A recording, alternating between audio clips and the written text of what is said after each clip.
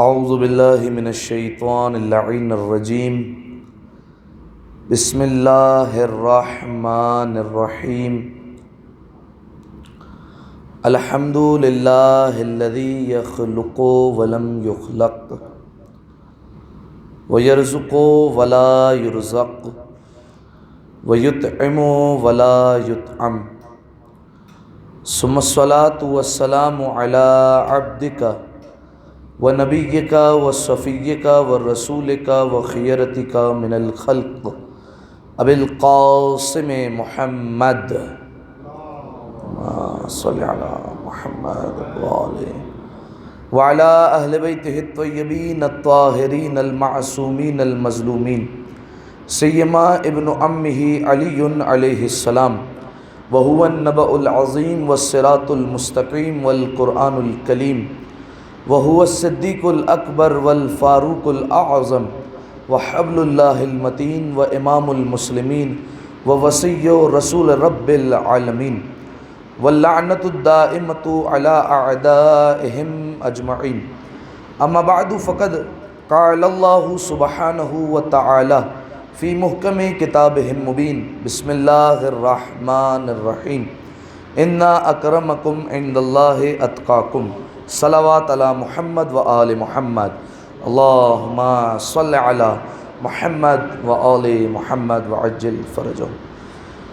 تمام تعریفیں اس ذات واجب الوجود کے لیے کہ جس نے ایک بار پھر ہمیں نماز جمعہ جیسی سعادت سے ہمکنار فرمایا۔ سامعین محترم، گزشتہ چند خطبات جمعہ سے آپ کے سامنے متقین کی صفات کو بیان کیا جا رہا ہے، اور جس آیہ مجیدہ کا سہارا لیا گیا اس میں پروردگار عالم نے عزت دار ہونے کا معیار بتایا ہے۔ ارشاد رب العزت ہوتا ہے انا اکرمکم عند اللہ اتقاکم، کہ بے شک تم میں پروردگار عالم کے نزدیک عزت دار وہی ہے جو سب سے زیادہ تقوی الہی کا حامل ہے۔ دیکھیے، دنیا والوں کے نظر میں عزت دار ہونے کے معیارات اور ہوتے ہیں۔ دنیا یہ دیکھتی ہے کہ مال کس کے پاس زیادہ ہے، دنیا یہ دیکھتی ہے کہ کس کے پاس عہدہ بہت بڑا ہے، دنیا یہ دیکھتی ہے کس کے پیچھے جو ہے وہ 50-100 بندے چلنے والے ہیں، دنیا دیکھتی ہے کہ کس کو لوگ جھک جھک کر سلام کرتے ہیں۔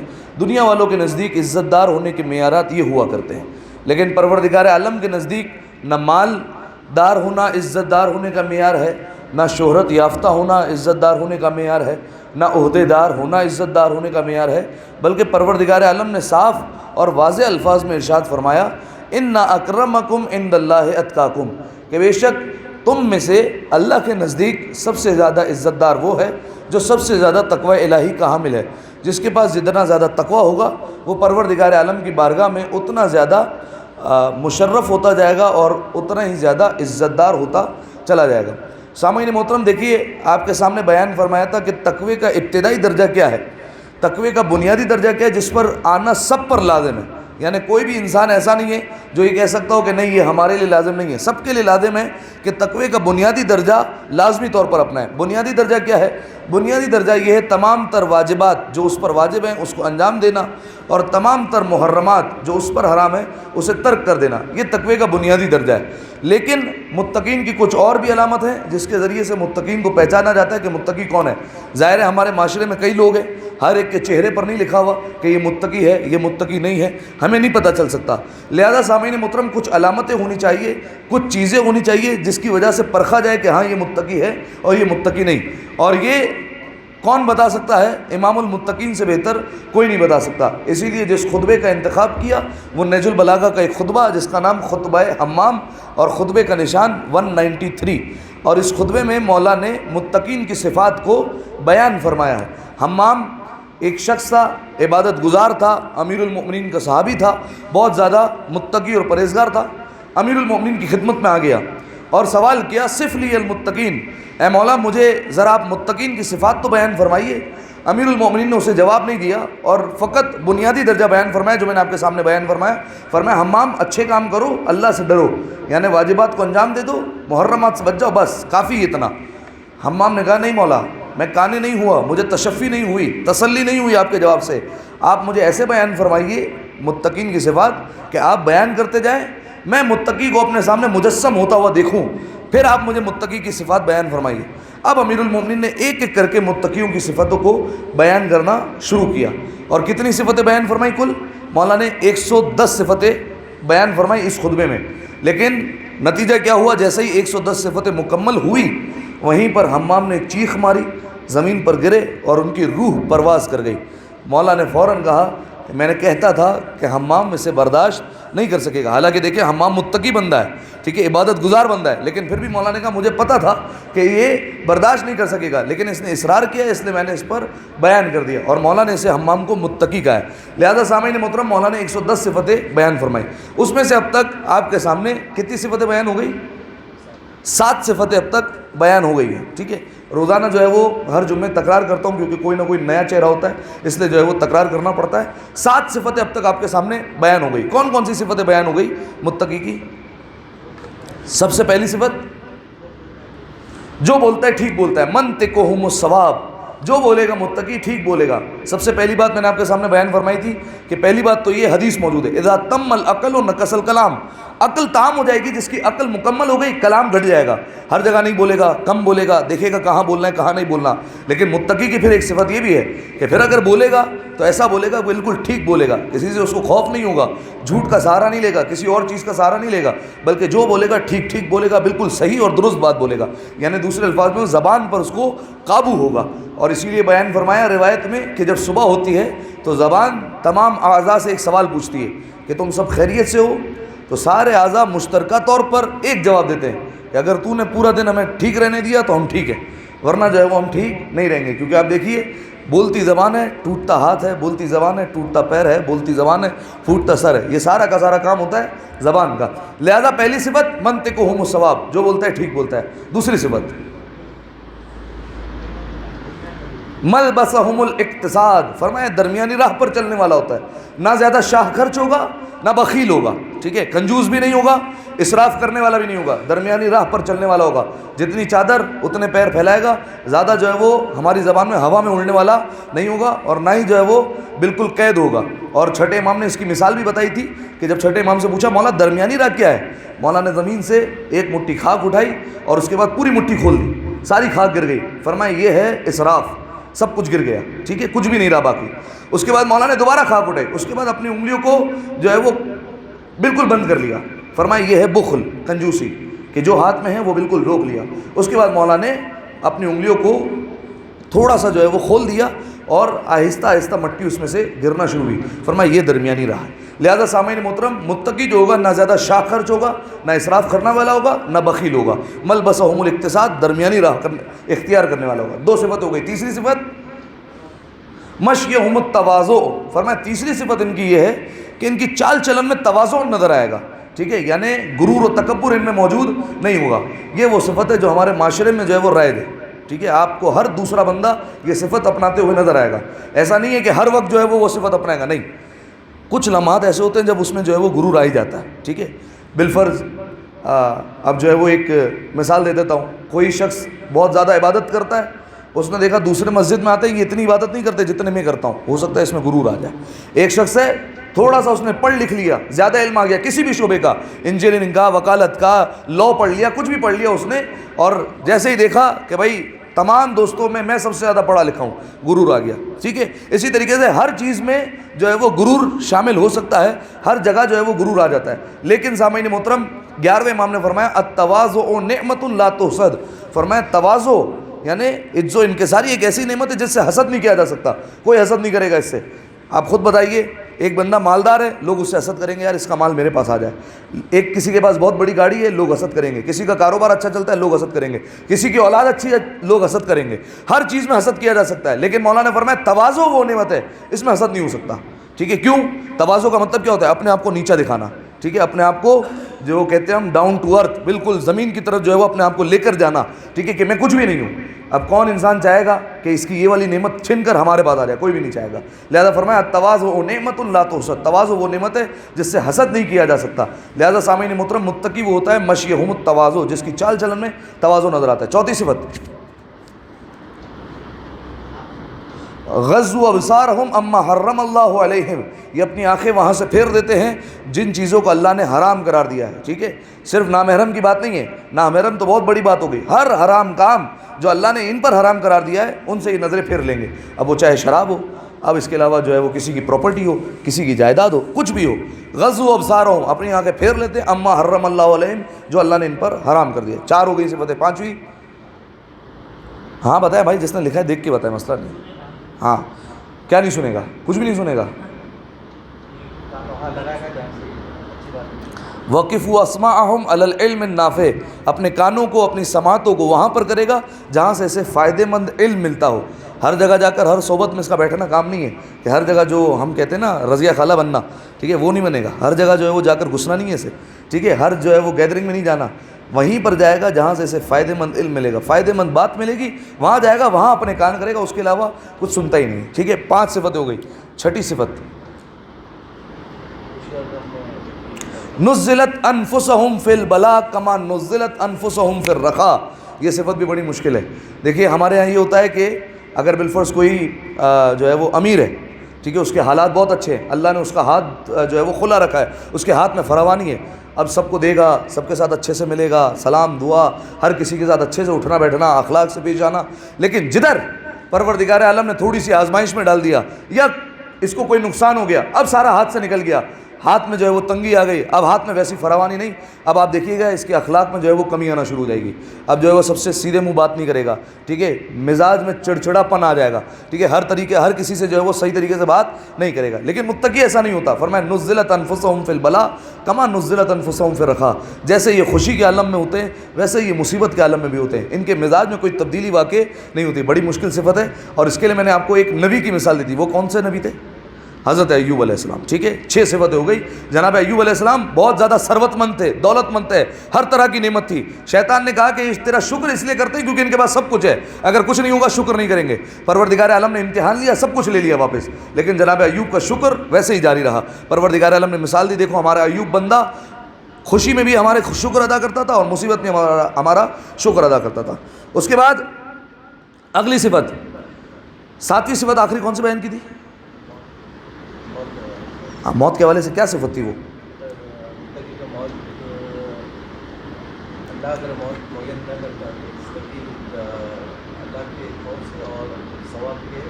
شوق میں. ہاں بڑی عجیب صفت تھی. وہ صفت یہ کہ لولا کتب اللہ اجلہم، اللہ نے اگر متقیوں کی موت نہ لکھی ہوتی، ٹھیک ہے، تو کیا ہوتا؟ دیکھیں سب کی موت معین ہے، جتنے ہم یہاں پر بیٹھے ہیں ہر ایک کی پروردگار عالم نے موت کو لکھ دیا ہے. اچھا اس میں جواب بھی دے چکا تھا کہ پھر یہ کیا وجہ ہے کہ صدقہ جو ہے وہ موت کو ٹال دیتا ہے، صلہ رحمی جو ہے وہ موت کو ٹال دیتی ہے، عمر میں اضافہ کر دیتی ہے. اس کے جوابات میں پچھلی جو ہے وہ تقریر میں دے چکا ہوں، ٹھیک ہے. لیکن ایک موت وہ ہوتی ہے جو حتمی ہوتی ہے، جس پر کوئی دوا کام نہیں کرتی، کوئی دعا کام نہیں کرتی، کچھ نہیں کام کرتا. بس پروردگار عالم نے کہہ دیا یہ بندہ 80 سال میں جائے گا تو جائے گا، ختم ہو گئی بات. کوئی صدقہ نہیں چلے گا، کوئی صلہ رحمی نہیں چلے گی، کچھ بھی نہیں چلتی.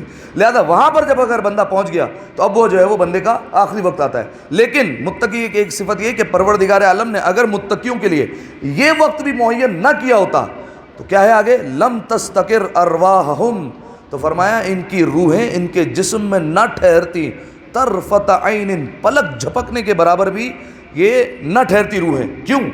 شوقاً الی الثواب و خوفاً من العقاب، ثواب کے شوق میں، عقاب کے خوف میں ان کی روحیں جسم سے نکل جاتی.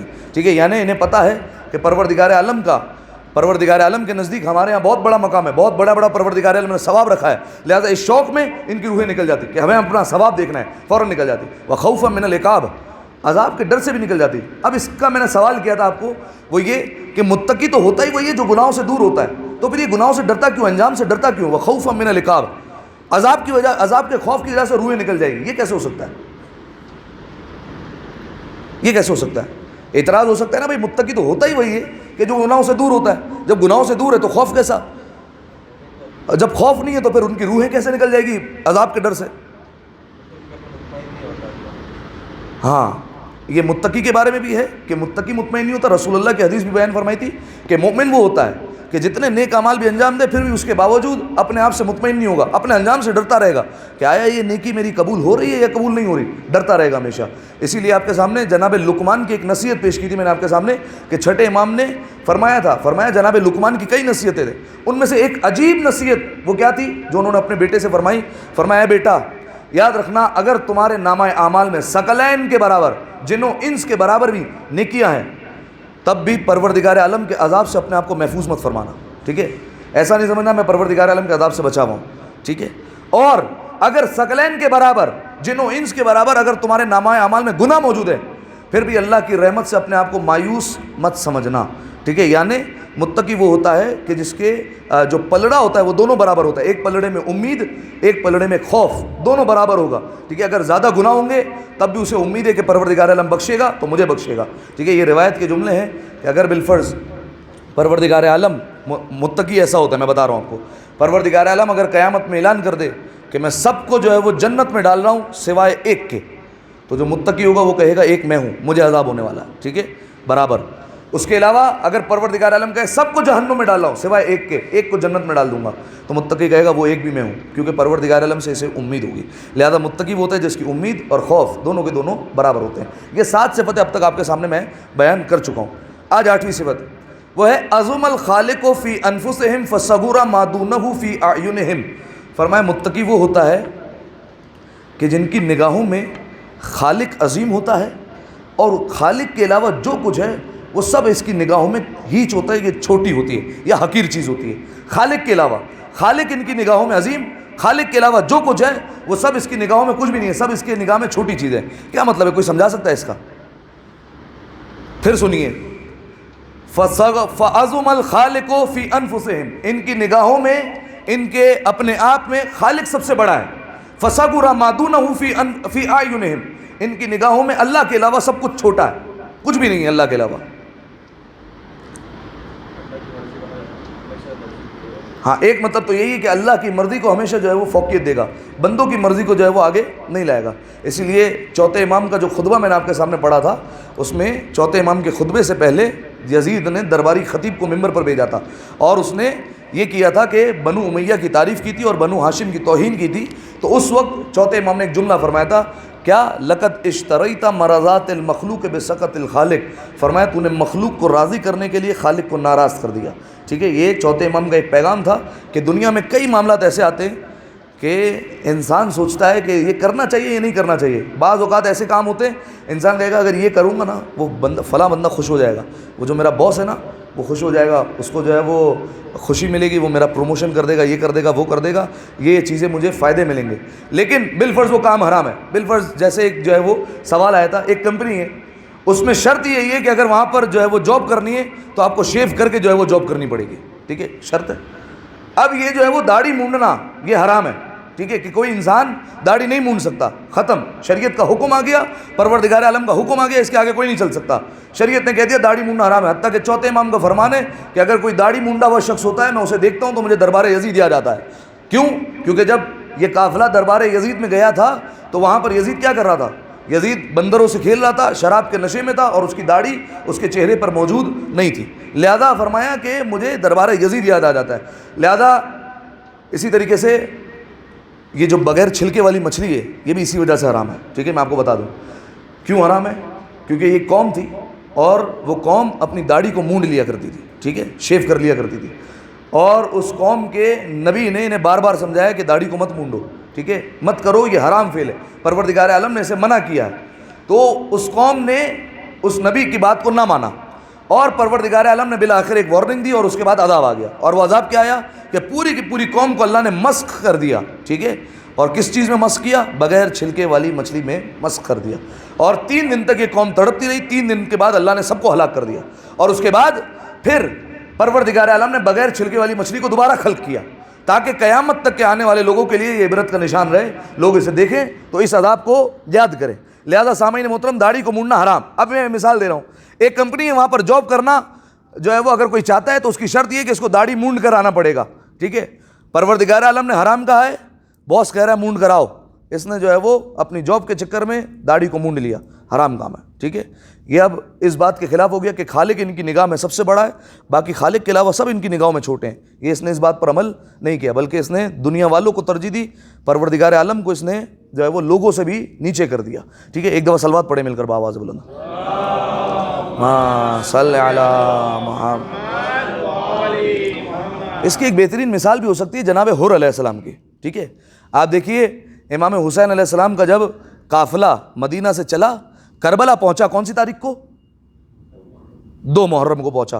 2 محرم کو جب پہنچا تو وہاں پر جناب حر علیہ السلام نے امام حسین کا راستہ روک لیا اور ان کی لجام فرس میں ہاتھ ڈالا اور کہا کہ میں آپ کو جانے نہیں دوں گا. حالانکہ پہلے امام حسین علیہ السلام نے جناب حر کے پورے لشکر کو پانی پلایا، ٹھیک ہے، اپنے ہاتھوں سے. جناب علی اکبر نے پانی پلایا، جناب عباس نے پانی پلایا، ان کے جانوروں کو پانی پلایا، سب کو پانی پلا دیا.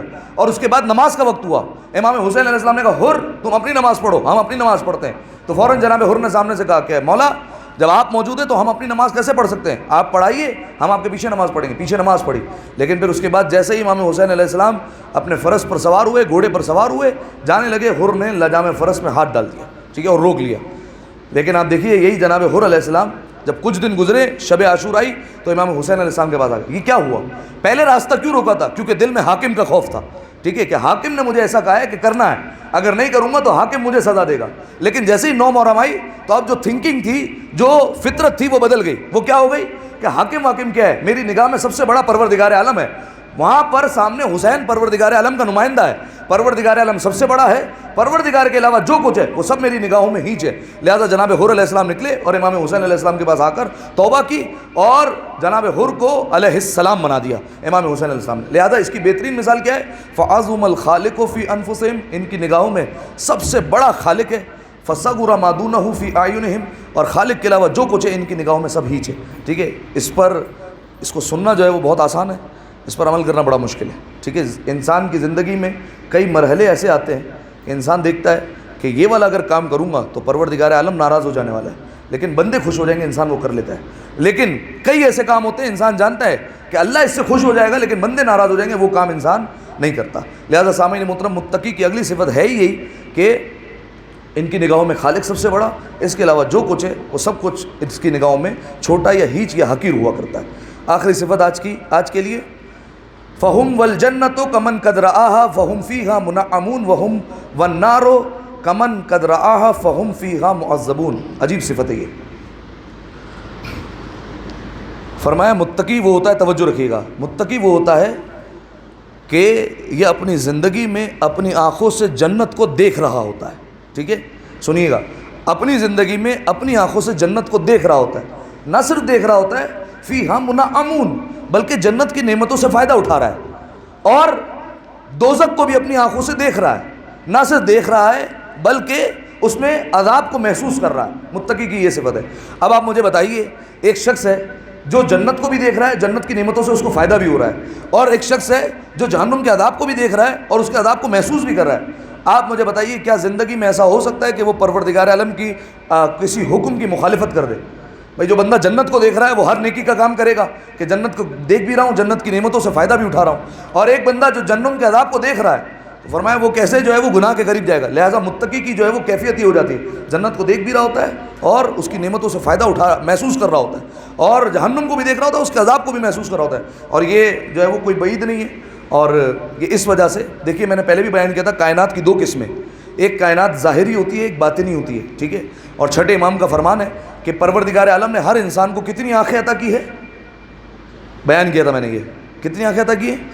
4 آنکھیں عطا کی. 2 یہ چہرے پر آنکھیں، 2 یہ دل پر آنکھیں، سینے پر آنکھیں. ٹھیک ہے، اور چھٹے امام نے فرمایا جب پروردگار عالم کسی سے خیر کا ارادہ کرتا ہے تو پھر اس کی یہ والی بھی آنکھیں واہ کر دیتا ہے، پھر یہ وہ دیکھتا ہے جو یہ آنکھیں نہیں دیکھ سکتی. آپ کو کئی واقعات ایسے ملیں گے.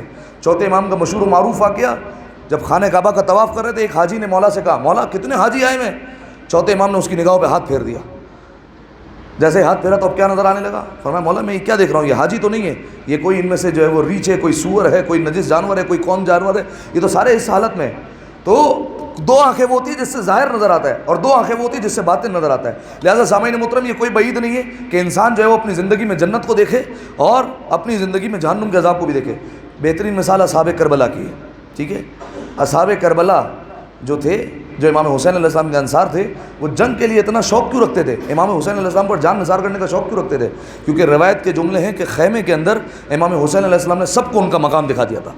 جب حکم دیا کہ چراغ کو گل کر دیا جائے اور حکم دیا کہ جس کو جانا ہے وہ یہاں سے جا سکتا ہے، میں نہیں روکوں گا. اور اس کے بعد جب کچھ دیر گزری تو اس کے بعد فوراً کہا کہ عباس چراغ کو روشن کرو. دیکھیے اس میں بھی فضیلت کا پہلو ہے. امام حسین علیہ السلام نے کہا چراغ کو بجھا دو. جب بجھ گیا، اندھیرا ہو گیا، جس کو جانا ہے چلا جائے. لیکن جیسے ہی اجالا کرنے کا کہا تو کہا عباس چراغ کو جلا دو. یعنی امام حسین جانتے ہیں اگر جا سکتا ہے تو ہر ایک جا سکتا ہے، عباس مجھے چھوڑ کر نہیں جا سکتا.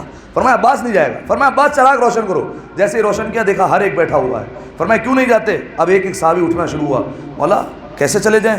اگر اللہ ہمیں 70 زندگی عطا کرے، 70 بار مرنا پڑے، ہم آپ پر اپنی جان کو فدا کر دیں گے. ایک ایک صحابی اس طریقے سے دعویٰ کرتا رہا. اب جب دعوے کیے اس کے بعد مولا نے کہا، فرمایا جو ہے وہ دیکھو زہیر یہ تمہارا مقام ہے، حبیب یہ جنت میں تمہارا مقام ہوگا، یہ سعید یہ تمہارا مقام ہوگا. سعید اور زہیر وہ صحابی جو جنت میں امام حسین سے بھی آگے جائیں گے. کوئی بتا سکتا ہے کیوں؟ امام حسین کے آگے آگے چلیں گے جنت میں جانے کے لیے. کیوں چلیں گے؟ ہاں، امام حسین علیہ السلام جب نماز پڑھ رہے تھے تو یہ دو صحابی آگے کھڑے ہوئے تھے، ٹھیک ہے. اور سعید کو مولا نے یہ جملہ فرمایا تھا کہ سعید جب جیسے ہی نماز تمام ہوئی تو سعید گرے اور مولا کے زانوں پر اپنا سر رکھا تو پھر فرمایا کہ مولا کیا میں نے آپ کی حفاظت کر لی؟ تو امام حسین علیہ السلام نے کہا بالکل سعید. فرمایا کہ اے سعید اب جنت میں بھی تم مجھ سے آگے آگے جاؤ گے. لہذا یہ سعید کا مرتبہ ہے. لہذا اصحاب کربلا وہ کہ جنہوں نے اپنی زندگی میں ہی جنت کو دیکھ لیا تھا. بس آخری جو ہے وہ روایت سن لیں اور اس کے بعد جو ہے وہ بات کو تمام کرتا ہوں. ایک دفعہ صلوات پڑھے مل کر بابا سے بولو محمد. ایک شخص رسول اللہ کے دور میں تھا اور نماز صبح کا وقت تھا. رسول اللہ مسجد میں گئے. رسول اللہ نے دیکھا ایک شخص بیٹھا ہوا ہے. رسول اللہ نے اس سے جا کر پوچھا کیف اصبحت، تمہاری صبح کیسے ہوئی؟ ہم پوچھتے ہیں نا بھائی، ہم جو ہے وہ زیادہ تر کہتے ہیں گڈ مارننگ، ٹھیک ہے.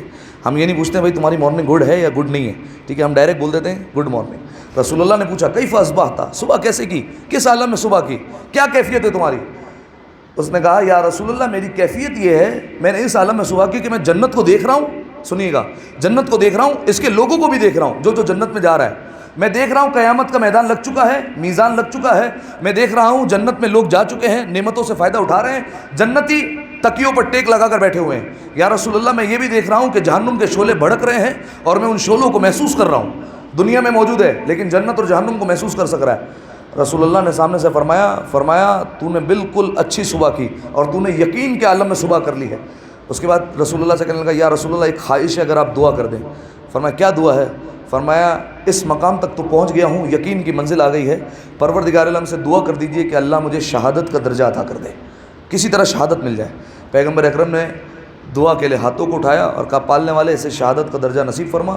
پیغمبر اکرم کے ساتھ گیا کسی جنگ میں اور جنگ میں جا کر شہید ہو گیا. اور پھر پیغمبر اکرم نے بتایا کہ یہ وہی صحابی ہے جس نے مجھ سے شہادت کی خواہش کی تھی. ایک دفعہ صلوات پڑھ دیں مل کر آواز بلند صلی علی محمد. دعا ہے پروردگار عالم سے، پروردگارہ ہماری اس عبادت کو اپنی بارگاہ میں قبول فرما، تمام گناہ صغیرہ اور کبیرہ کو معاف فرما. جو متقین کی صفات سن رہے ہیں پالنے والے ان پر عمل کرنے کی توفیق عطا فرما، جیسے مولا چاہتے ہیں ویسا بننے کی توفیق عطا فرما. پالنے والے امام کی اطاعت کرنے کی توفیق عطا فرما، معرفت امام میں مزید اضافہ فرما، ان کی محبت میں مزید اضافہ فرما. ہماری خوشی کو ان کی خوشی میں، ہمارے غم کو ان کے غم کے لیے مخصوص فرما. جنت البقیع کے تعمیر کے اسباب کو جلد از جلد مہیا فرما. تمام مقامات مقدسہ کی حفاظت فرما، تمام مقامات مقدسہ کی زیارت نصیب فرما. زمانے کے امام کے ظہور میں تعجیل فرما، ہمیں ان کے اعوان و انصار میں شمار فرما. ہمارے امام کو ہم سے راضی و خوشنود فرما، امام کی زیارت سے ہمیں مشرف فرما. ان تمام دعاؤں کی قبولیت کے لیے مل کر بآواز بلند صلوات پڑھ دیں. اللہم صلی علی محمد وآل محمد. اعوذ باللہ من الشیطان اللعین الرجیم. بسم اللہ الرحمن الرحیم. انا اعطیناک الکوثر فصل لربک وانحر ان شانئک هو الابتر. 3 دفعہ مل کر بآواز بلند صلوات پڑھ دیں. اللہم صلی علی محمد وآل محمد. اللہم صلی علی محمد وآل محمد. اللہم صلی علی محمد وآل محمد.